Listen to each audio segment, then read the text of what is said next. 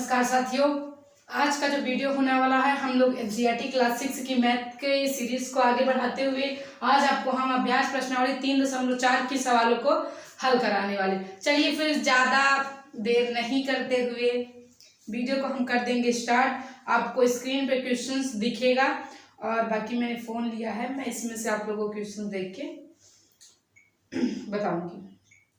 तो पहला क्वेश्चन आपके स्क्रीन पे कुछ यूँ दिख रहा होगा कि थोड़ा सा, निम्न के सर्व गुणनखंड ज्ञात कीजिए। ये आपके प्रश्नावली 3.4 का पहला क्वेश्चन है कि जो निम्नलिखित संख्याएं दी हुई हैं उसका आप सर्व गुणनखंड ज्ञात कीजिए। तो पहले आप रुक जाइए, गुणनखंड निकालना तो बताया था लेकिन सर्व गुणनखंड निकालना नहीं बताया था। तो पहले सर्व गुणनखंड निकालना सीख लो, फिर सर्व गुणनखंड निकालेंगे। ठीक है, सबसे मेन इंपॉर्टेंट इसमें है कि सर्व गुणनखंड निकालने के लिए हमें दो संख्याएं चाहिए। किसी एक संख्या का सर्व गुणनखंड, इसको हम उभयनिष्ठ गुणनखंड भी कहते हैं। देखिए मैं यहाँ पे लिख देती हूँ। अच्छा, सर्व गुणनखंड। एक बच्चे ने मेरे पास कमेंट किया, मैम आप क्या लिखती हैं, मेरे समझ नहीं आता। मुझे नहीं लगता मेरी राइटिंग इतनी भी ज्यादा खराब है, लेकिन वो कह रहा है कि आप क्या लिखती हैं, मुझे समझ नहीं आता। उभयनिष्ठ गुणनखंड मतलब आई होप आप लोग को समझ आ रहा होगा मैंने क्या लिखा है। सर्व गुणनखंड या फिर उभयनिष्ठ गुणनखंड, पहली बात तो दोनों एक ही चीज है। और सर्व चाहे अभयनिष्ठ गुणनखंड दो संख्याओं का होता है। जैसे कि मेरे पास यहाँ दो संख्या, एक 12 दूसरी 18, तो पहले दोनों ही संख्याओं का हमें गुणनखंड करना पड़ेगा। जैसे मैंने 12 का गुणनखंड किया तो 1 2 3 4 6 12। 18 का गुणनखंड किया 1 2 3 6 18। मैंने बताया था गुणनखंड क्या होता है। अगर किसी भी संख्या का आपसे गुणनखंड पूछ ले तो ये देखिए कि जिस संख्या का हमसे गुणनखंड पूछ रहा है वो किस संख्या से कटती है। ठीक है, तो मैंने यहाँ पे लिख दिया। तो अब हमसे सर्व या फिर उभयनिष्ठ, तो ये मिलाइए कि ऐसे कौन कौन से गुणनखंड हैं जो 12 में भी आए हैं और 18 में भी आए हैं। तो देखिए 1 भी आया, 2 भी आया, 3 भी आया, बस। तो पहला यानी इसका सर्वनिष्ठ यानी उभयनिष्ठ गुणनखंड क्या हो गया, 1 2 3। ये क्या हो गया, इसकी उभयनिष्ठ गुणनखंड। बस गुणनखंड निकालना तो मैंने आपको पहले ही सिखाया था, आज मैं आपको उभयनिष्ठ गुणनखंड निकालना भी सिखा दिया। आई होप आप लोग को समझ आ गया होगा कि आप लोग उभयनिष्ठ गुणनखंड कैसे निकालोगे। तो मेन बात बच्चों कि उभयनिष्ठ या फिर सर्वनिष्ठ गुणनखंड किसी एक संख्या का नहीं निकाला जा सकता है, उसके लिए हमारे पास दो संख्याएं होनी जरूरी है। तो उसके बाद उन दोनों संख्याओं का पहले आप अलग अलग गुणनखंड कर लेना, फिर ये मिलाना कि ऐसी कौन कौन सी संख्या है जो दोनों संख्या में आई है। मतलब ऐसी कौन सी संख्या है जो दोनों को काट रहे हो। जैसे 1 12 और 18 दोनों को काट देगा, 2 भी 12 और 18 को काटेगा, 3 भी 12 और 18 को ही काटेगा। तो समझिए 1 2 3 क्या है, इस दोनों संख्याओं के सर्वनिष्ठ या फिर उभयनिष्ठ गुणनखंड है। ऐसे बात को समझिए। अगर ये एक रूम है, ठीक है, यहाँ पे ऐसे दरवाजा लगा हुआ है और जस्ट इसके ऐसे बगल में एक रूम है, ठीक है। और अब बताइए ये जो दीवार है, ये दीवार इस रूम के लिए भी और इस रूम के लिए है। तो इस दीवार को हम लोग उभयनिष्ठ कॉमन दीवार बोलेंगे। क्या बोलेंगे, इस दीवार को हम लोग कॉमन दीवार बोल सकते हैं कि नहीं। वैसे ही हमें उभयनिष्ठ यानी कॉमन फैक्टर्स भी बताने रहते हैं। चलिए आइए बातें हैं अपनी प्रश्नावली पे। प्रश्नावली में आपके जो पहला क्वेश्चन है वो 20 और 28 है। कह रहा है कि 20 और 28 का आप उभयनिष्ठ या फिर सर्वनिष्ठ गुणनखंड बताइए। तो चलिए 1 2 से कटेगा, 3 से नहीं कटेगा, 4 से कटेगा, 5 से कटेगा, 6 से नहीं, 7 से नहीं, 8 से नहीं, 9 से नहीं, 10 से फिर डायरेक्ट 20 से कटेगा। ठीक है, ऐसे 28 का निकालिए, 1 से कटेगा, 2 से कटेगा, 4 से 28, 4 से कटेगा, 6 6 24, 6 से नहीं कटेगा। उसके बाद 7 से कटेगा, 8 का 8 8 से 24, 9 का 9 9 तो 27 नहीं कटेगा, 10 से भी नहीं, 11 से भी नहीं, 12 से भी नहीं, 13 से भी नहीं, 14 से कटेगा, फिर डायरेक्ट 28 से कटेगा। अब आप बताइए कि ऐसी कौन सी संख्याएं हैं जो 20 के भी गुणनखंड में आई हो और 28 के भी गुणनखंड में आई है। तो आप पाएंगे ये 1 2 4, 1 2 4, ये हो गई यहाँ पे कॉमन फैक्टर। ठीक है, आई होप आप लोग समझ रहे होंगे। कॉमन फैक्टर इसको हम लोग उभयनिष्ठ गुणनखंड कहते हैं। तो क्या आ गया उत्तर हमारा 1 2 4। चलिए सेकंड नंबर क्वेश्चन देखिए, कुछ नहीं करना है, दोनों का गुणनखंड निकालिए और देखिए कौन सी ऐसी संख्या है जो दोनों में आई है। सेकंड नंबर क्वेश्चन हमारा 15 और 25। तो पहले 15 देख लीजिए, 1 से कटेगा, 1 और खुद हमेशा उसके गुणनखंड होते हैं, ठीक है। 1 से कटेगा, 3 से कटेगा, 5 से कटेगा और फिर 15 से कटेगा। 25 देखिए, 1 से कटेगा, 5 से कटेगा और फिर डायरेक्ट 25 से कटेगा, है ना। तो कॉमन क्या आया, कॉमन आया 1 और आया 5। तो यानी 1 और 5, 1 एंड 5 ये इसके कॉमन फैक्टर है। क्या है बच्चों, कॉमन फैक्टर, ठीक है, ध्यान रखना। चलिए अगला क्वेश्चन देखिए, पहले ही क्वेश्चन का अगला क्वेश्चन क्या है कि 35 50। 35 50 देखिए, 1 से कटेगा, 3 से नहीं कटेगा, 5 से कटेगा, 7 से कटेगा, उसके बाद 35 किसके पहाड़े में आता है, 7 8 9 10 11 12 15 से भी नहीं कटेगा, 20 से भी नहीं कटेगा, 25 से नहीं, डायरेक्ट फिर 35 से ही कटेगा।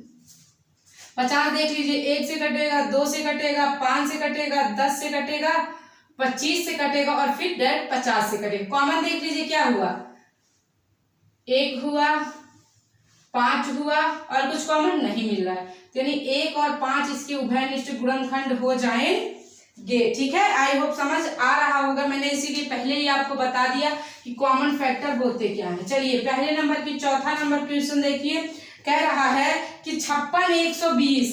56 120, ठीक है, ये 120।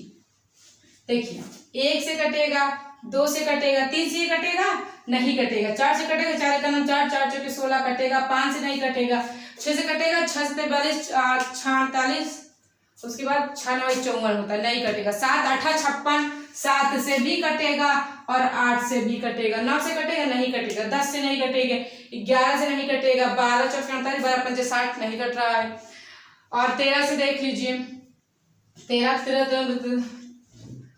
नहीं, 13 चौके 52 हो जाएगा, नहीं कटेगा। ऐसे आपको ढूंढना पड़ेगा, ठीक है, कोई भी याद करके नहीं, मैं भी यहाँ याद करके नहीं आई हूँ, ऐसे मैं भी ढूंढ ढूंढ के लिखती हूँ बच्चों, कोई यहाँ याद करके नहीं आया हुआ है, ठीक है। कहाँ तक बोल सकते, 13 तक 14 चौके 56 है, 14 से, उसके बाद ये कटेगा 28 से, उसके बाद ये कटेगा खुद 56 से, ठीक है। अब 120 पे आइए, 1 से कटेगा, 2 से कटेगा, 3 से कटेगा, 4 से कटेगा, 5 से कटेगा, 6 से कटेगा, 7 से नहीं, 8 का नाम 8 8 4 12, 8 से भी कट जाएगा, 9 से नहीं कटेगा, 10 से कटेगा, 12 से कटेगा, 14 से कटेगा, नहीं कटेगा, 15 15 8 120, 16 से नहीं कटेगा, 17 से नहीं, 18 से नहीं, 19 से नहीं, 20 से कटेगा, किससे कटेगा, 20 से कटेगा, 25 से नहीं कटेगा, ठीक है। 15 8 120, 8 लिखा है, 20 से इसे काटूंगी तो यहाँ क्या आ जाएगा, 20 से कटेगा, फिर 30 से कटेगा, फिर 40 से कटेगा, फिर 50 से नहीं कटेगा, कि कट जाएगा, नहीं कटेगा, 60 से, हाँ 60 से भी कट जाएगा, 70 से नहीं, 80 से नहीं, 90 से नहीं, 100 से नहीं, फिर 60 के बाद खुद 120 से। अब देखिए मिल क्या रहा, मिल रहा है इसमें 1 2 मिल रहा है, उसके बाद 4 है, 4 मिल रहे हैं, उसके बाद 8 दोनों में है, 14 दोनों में नहीं है, 28 भी नहीं है, 56 मिले, तो इसका उभयनिष्ठ गुणनखंड आएगा 1 2 4 8, ये इसका क्या हो जाएगा, राइट आंसर हो जाएगा, ठीक है। आप लोग ऐसे खुद से भी निकाल लेना, 1 2 4 8 हो गए उत्तर। आई होप पहला क्वेश्चन आपको आ गया होगा। चलिए आइए सेकंड नंबर क्वेश्चन पे आते हैं। कह रहा है कि निम्न के सर्व गुणनखंड ज्ञात कीजिए। इन सब के हमें सर्व गुणनखंड बताना है, फिर वही चीज ये बताना है जो हमने पहले क्वेश्चन में किया था, वही दूसरे क्वेश्चन में, बस अंतर इतना है कि उसमें 2 संख्या थी, इसमें 3 संख्या है, ठीक है।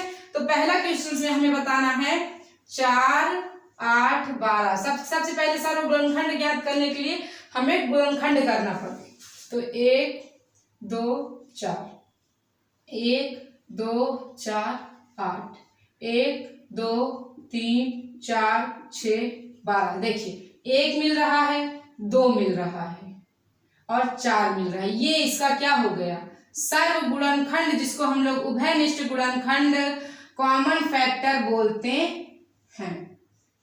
ठीक है बच्चों, ये पहला क्वेश्चन आपका सॉल्व। दूसरे क्वेश्चन में है 15, 5, 25। दूसरे क्वेश्चन में 5,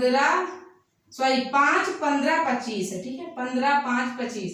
तो देखिए अभाज्य संख्या के केवल 2 ही गुणनखंड होते हैं। ध्यान रखिए, मैंने इसको पहले कराया था, सुनिए ध्यान से।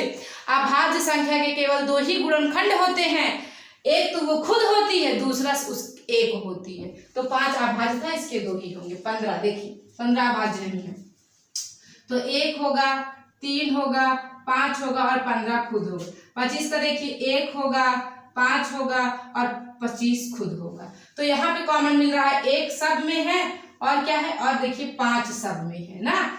तो इसका सही उत्तर, इसका जो सर्वनिष्ठ गुणनखंड, जो उभयनिष्ठ गुणनखंड आएगा 1 और 5 आ जाएगा। तो दूसरे नंबर क्वेश्चंस का ये ए नंबर और ये बी नंबर क्वेश्चंस आपके समक्ष ही हल कर दिया। ठीक है, आई होप इससे पहले मैंने बताया था आप लोगों को समझ आ ही गया होगा। चलिए तीसरे नंबर के क्वेश्चन पे आइए। तीसरे नंबर क्वेश्चन कह रहा है कि निम्न के प्रथम 3 सर्वगुणज ज्ञात कीजिए। मतलब कि जो संख्याएं दी हुई हैं हमें उनका गुणज लिखना है और 3 सर्वगुणज लिखना है। मतलब देखिए गुणज तो लिखिए ही, लेकिन देखिए जैसे यहाँ 6 है, यहाँ 8 है। ठीक है, इसका बताना। तो गुणज मतलब पहले आप 6 का टेबल पढ़िए। तो 6 का 6, 6 दूनी 12, 6 त्रिक 18, 6 चौके 24, 6 पंजे 30, 6 छंग 36, 6 सते 42, 6 48, 6 9 54, 6 दमा 60। पूरा लिख लिया। 8 का 9 8, 8 दूनी 16, 8 त्रिक 24, 8 चौ 32, 8 पंच 40, 8 छंग 48, 8 सते 56 और 8 अठाई 64, 8 9 72, 8 दहमा 80। देखिए एक कॉमन गुणनखंड यहाँ मिला हमें 24 मिला। क्या मिला, 24 मिला। ठीक है, दूसरा हमें मिला 48 मिला। क्या मिला, 48। अभी तीसरा हमें चाहिए। और बताइए 6 दोनों में है, नहीं है। 32 दोनों में है, नहीं है। 40 भी दोनों में नहीं, 56 भी नहीं, 64 भी नहीं, 72 भी नहीं, 80 भी नहीं। अब उसके आगे जाओगे तो आप 66 मिलेगा। क्या मिलेगा, अब लगता है कि मिलना चाहिए कुछ और, इसी में मिलना चाहिए हमें।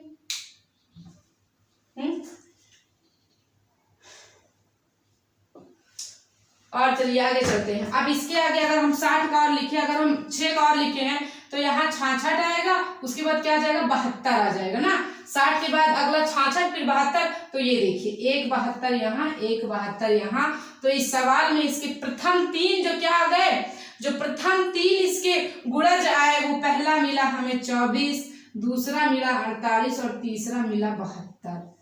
ये 6 और 8 के प्रथम 3 गुणज है। ना विश्वास हो तो आप भाग दे के देख लो, तीनों संख्याएं 6 और 8 से कट जाएंगी। चलिए पहला क्वेश्चन, इसमें का दूसरा क्वेश्चन देखिए। इसमें का दूसरा क्वेश्चन 5 15 25, नहीं सॉरी 12 8 12 18।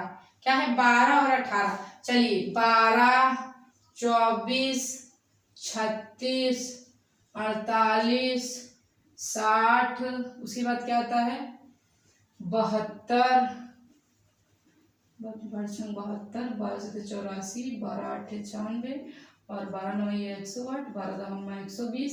उसके बाद 12, इसमें 12 जोड़ेंगे तो क्या आ जाएगा 132। ऐसा डंडे चलेगा ना, आगे चलता रहेगा। यहाँ से कर दे 18 का 18, 18 36,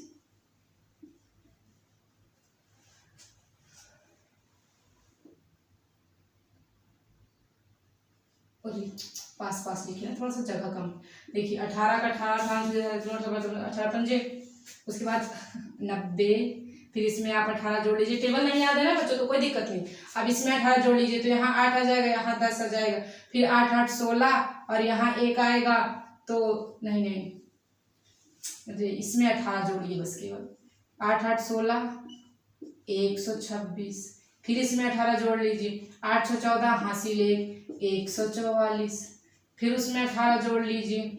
8 4 12 हासिल 162, फिर इसमें 18 जोड़ लीजिए 180, फिर इसमें 18 जोड़ लीजिए 198। डैश ऐसे करके चलता रहेगा। उभयनिष्ठ गुणनखंड मिलाइए। देखिए 36 इसमें भी है, 36 इसमें भी है। उसके बाद देखिए 72 इसमें भी है और 72 इसमें भी है। उसके बाद मिलाइए 96, 84, 108, 108, 108, ये देखिए 108 इसमें भी है, 108 इसमें भी, तो मिल गया 36, 54 और 108, सॉरी 36, 72 ना, 36, 72, 108 मिल गए हमें इन दोनों के सर्वगुणज। सर्वगुणज मतलब कॉमन गुणज, कॉमन मतलब उभयनिष्ठ, ठीक है।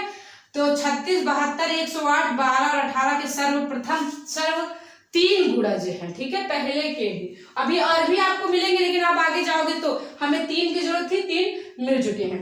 बच्चों मैंने यहाँ पे कर दिया, अगर टेबल वगैरह नहीं याद है तो मुझे भी कुछ याद नहीं रहता है। देखिए मेहनत उस पर की जाए जो अच्छी टॉपिक हो, ये टेबल कोई अच्छी टॉपिक नहीं है। हाँ जब हम लोग थे 4-5 में तब जरूरी था, अभी नहीं है, ठीक है। तो मेरा काम तो जोड़ घटा के गुणा करके चलता है, फिर भी इतना तो काम, इतना तो याद रहता है, जैसे 16, 5, 80 ना, इतना सब याद रहता है। जब गुणा उड़ा करने को आता है डायरेक्ट ढूंढ दिया जाता है। बाकी आई होप आपको आ गया होगा कि कैसे करोगे। ये आप में भी कला होनी चाहिए बच्चों, क्यों देखिए सारी चीजें याद रखोगे तो कुछ ना कुछ तो जरूर भूलोगे। तो कुछ चीजें जो याद करने लायक नहीं है, बन सकती है, तो उसे याद मत करो। जैसे अगर NaCl नमक का फार्मूला है, अगर आपको रसायन मतलब अभिक्रिया करनी आती है तो फार्मूला याद मत करो, क्योंकि कितनी चीजें याद करो, उसे बनाओ। अगर टेबल बन सकती है तो याद क्यों करो, बना लेना। वो तो छोटे बच्चों के लिए था, 2 का 2, 2 दूना 4, 2 3 6 ना, अभी कोई मैटर नहीं है।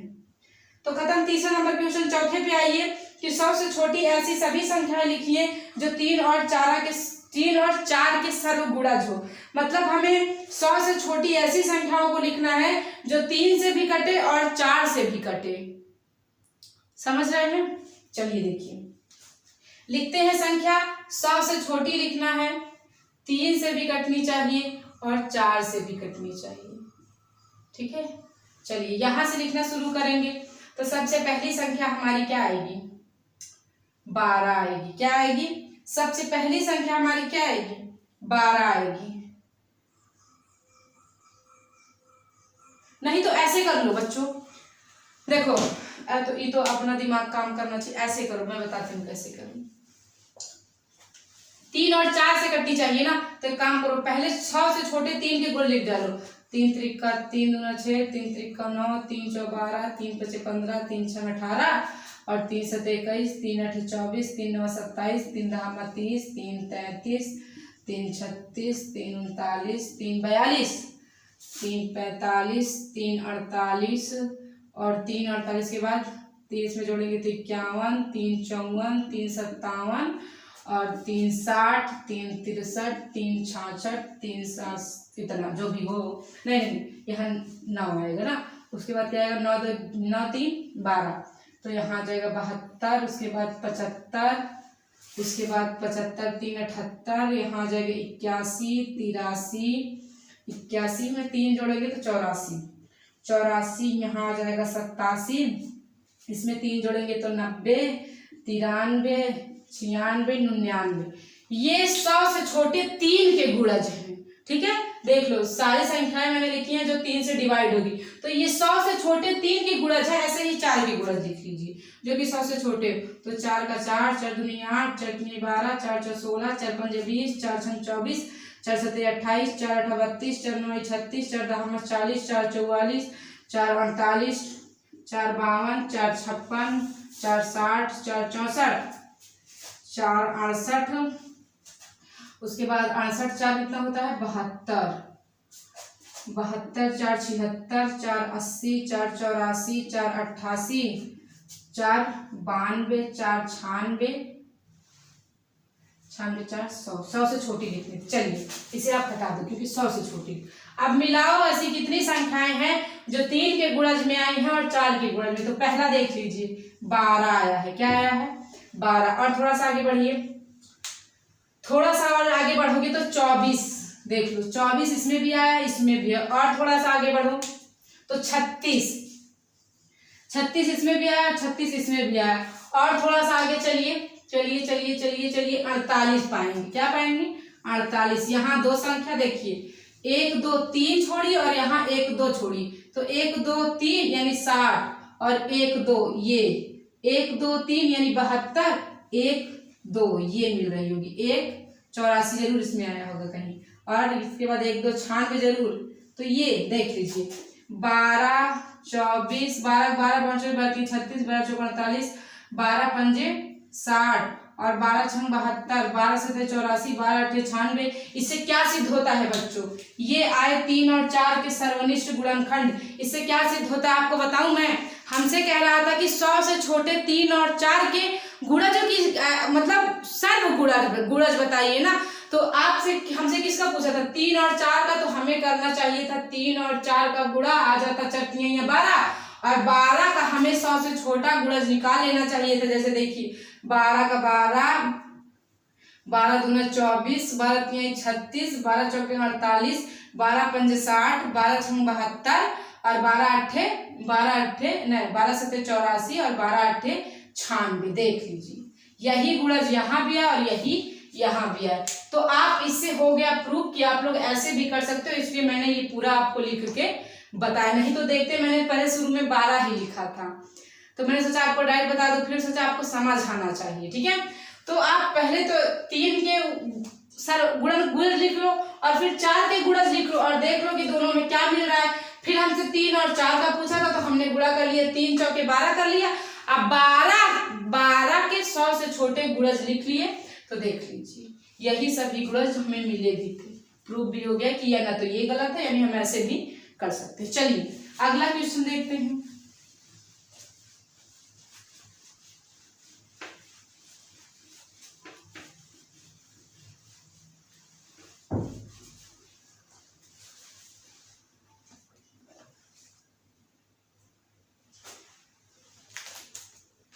अगला क्वेश्चन देखिए कहाँ है, देखिए 5वें नंबर क्वेश्चन में क्या है कि निम्नलिखित में से कौन सी संख्या सह-अभाज्य है। हमें बताना है कि जो लिखा हुआ है उसमें से ऐसी कौन सी संख्या है जो सह-अभाज्य है। तो आइए फिर आपको बताते हैं। सबसे पहले सह-अभाज्य बताने से पहले एक चीज मैं आपको बताना चाहूंगी, तो अगर आप नोट करना चाहे तो नोट कर लेना। यहाँ पे लिखो सह-अभाज्य, और इसका मतलब इसको हम लोग शायद क्रो प्राइम नंबर्स कहते हैं। ठीक है, देखो जिन संख्याओं का मासा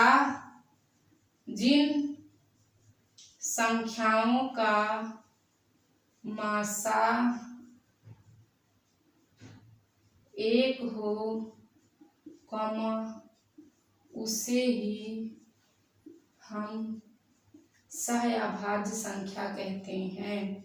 सह-अभाज्य संख्या कहते हैं।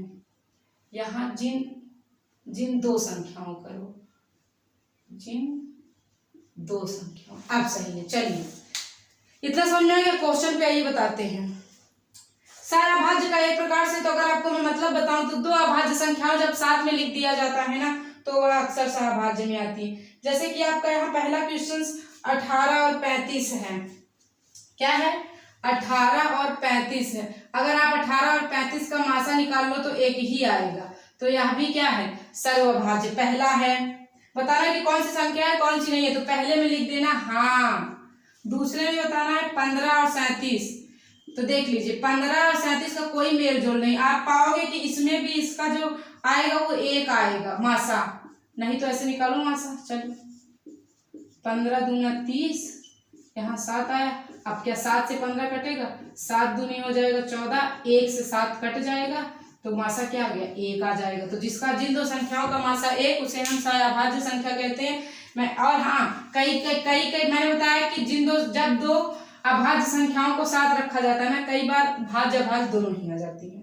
उसके बाद संख्या है 30 और 415। 30 और 415, तो भाई इसको तो हमें भाग लगाना ही पड़ेगा, मासा निकालना पड़ेगा। चलिए निकालिए मासा। 30 से करना 30, मासा नहीं निकालना चाहते तो ऐसे करो, अब निकाल रहे हैं तो निकाल ही लेते हैं ना, वैसे भी आ जाता।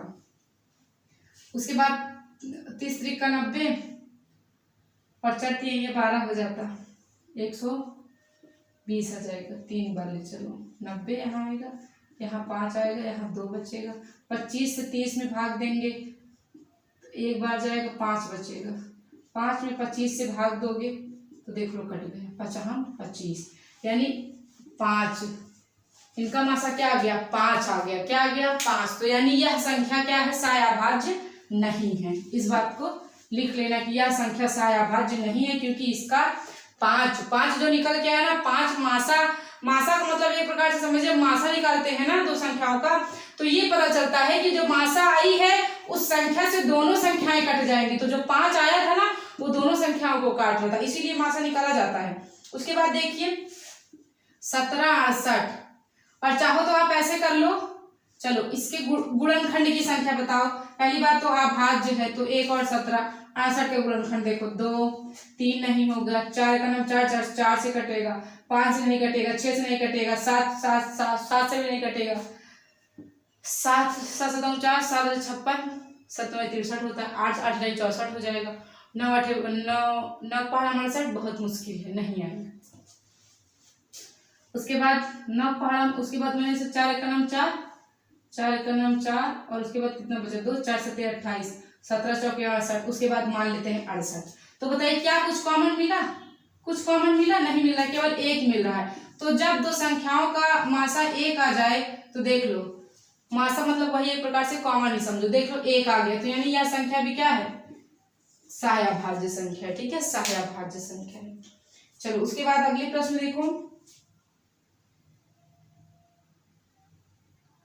34 भी आएगा यहाँ 17 के बाद, ठीक है, लिखना चाहिए था, चलिए कोई दिक्कत नहीं है, लेकिन मासा 1 ही आता है। उसके बाद संख्या है हमारा 216 और 215, क्या है 216 और 215, इन दोनों का ही आप अगर गुणनखंड करिए, क्या करिए इन दोनों का गुणनखंड करिए तो 215 से ही कटेगा। देख लीजिए आपको क्या लिखना पड़ेगा, यहाँ पे आपको गुणनखंड लिखना पड़ेगा। तो बच्चों गुणनखंड आप लोग को ढूंढना पड़ेगा अपने से, क्योंकि कोई गुणनखंड आपको याद नहीं कराएगा ना, तो मुझे ही याद है, मैं रियलिटी बता रही हूँ, कुछ छुपाना है नहीं, मुझे गुणनखंड याद वगैरह नहीं है, बस आप संख्याओं को ढूंढिए कि यार किससे कटेगा किससे कटेगा किससे कटेगा किससे किससे किससे करके लिख लेना। और इससे भी आसान तो मुझे मासा वाला लग रहा है, गुणनखंड यहाँ इतनी बड़ी बड़ी संख्याओं का, जब बड़ी बड़ी संख्याओं का गुणनखंड ढूंढना पड़ता है तब प्रॉब्लम होने लगती है। अभी तक मासा निकाला होता ना तो मासा 1 आ जाता, तो यहाँ भी देख लो 1 के अलावा और कोई गुणनखंड नहीं हुए, 1 के अलावा कोई गुणनखंड नहीं हुआ, तो यानी यह संख्या भी क्या है सायाभाज्य संख्या है, बाकी और कोई संख्या इसमें मिली हुई नहीं, मासा निकाला होता तब तक आ गया होता। उसके बाद 81 और 16 है ना, तो देखिए 81 और 16 है, इसका चलिए वो करिए गुणनखंड करिए, तो ये 1 से कटेगा, 3 से कटेगा, रहने दो केसरी, छोड़। उसके बाद देखिए 9 से 9 9 81 हो जाएगा, पहले ना रहने दो, 3 से देखिए 3 दूना 6 27 से भी कट जाएगा, और किससे कटेगा फिर डायरेक्ट 81 से, अरे इधर तो डायरेक्ट 81 से कटेगा। ऐसे 16 का देख लीजिए 2 1 2 4 8 16, देखिए छोटी संख्याओं का रहे तो निकल जाए, बड़ी संख्याओं को थोड़ा खोजना पड़ जाता है हम लोगों को। अब देखिए क्या कॉमन मिला, 1 को छोड़ के कुछ कॉमन नहीं है, तो जिन दो संख्याओं का मासा 1 उसे हम सायाभाज्य संख्या कहेंगे, तो यानी यह भी क्या है सायाभाज्य संख्या है, हाँ लिखिए। चलिए अगले क्वेश्चन पे आइए। अगला क्वेश्चन आपका कि एक संख्या 5 और 12 दोनों से विभाज्य है, किस अन्य संख्या से यह संख्या सदैव विभाजित होगी।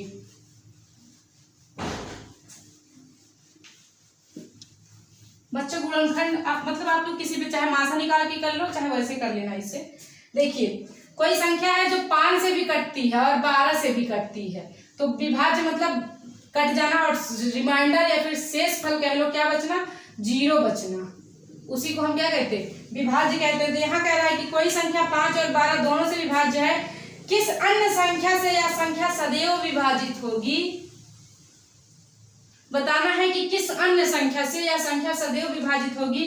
तो देखिए 5 गुणे 12 यानी 12 पंजे 60, जो 60 है ना ये 5 से भी सदैव विभाजित होगा और 12 से विभाजित होगा, तो सही उत्तर हमारा क्या हो जाएगा 60। अगला क्वेश्चन कह रहा है कि एक संख्या 12 से विभाज्य है और कौन सी संख्या है जिनसे यह संख्या विभाज्य होगी। अगर कोई संख्या है 12 से विभाज्य हो रही है तो बताइए ऐसी कितनी संख्याएं हैं जो 12 को विभाज्य करेंगी। कह रहा है कि और कौन सी संख्या है जिनसे यह संख्या विभाज्य होगी, मतलब जो दी हुई